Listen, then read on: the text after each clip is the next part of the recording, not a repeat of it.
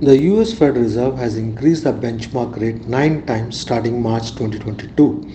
In 2022, the Fed Reserve raised rate by 4.25%, including four consecutive 75 basis hikes, making these hikes the fastest cycle in history and pushing borrowing costs to 15-year high in US.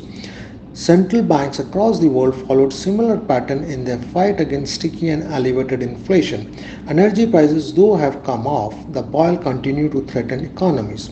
Inflation has had its effect on Indian markets too, and that made RBI to increase the benchmark repo rate by 250 basis to 6.5 from 4%, with three consecutive hikes of 50 basis.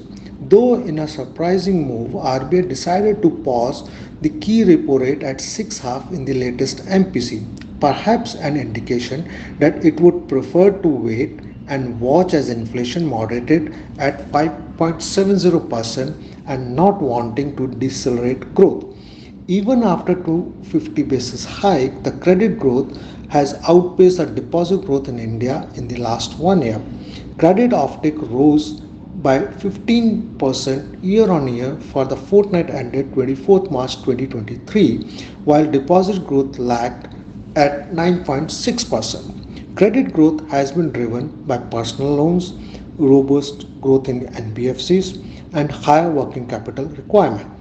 While there have been contradictory predictions on the impending monsoon between the IMD and a private company, there is the concern of El Nino impacting cultivation and thus adding more fire to inflation.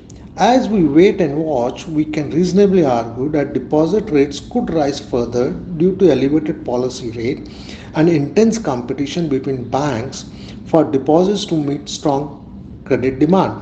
However, it is recommended that customers should not wait, rather start locking into higher FD rates.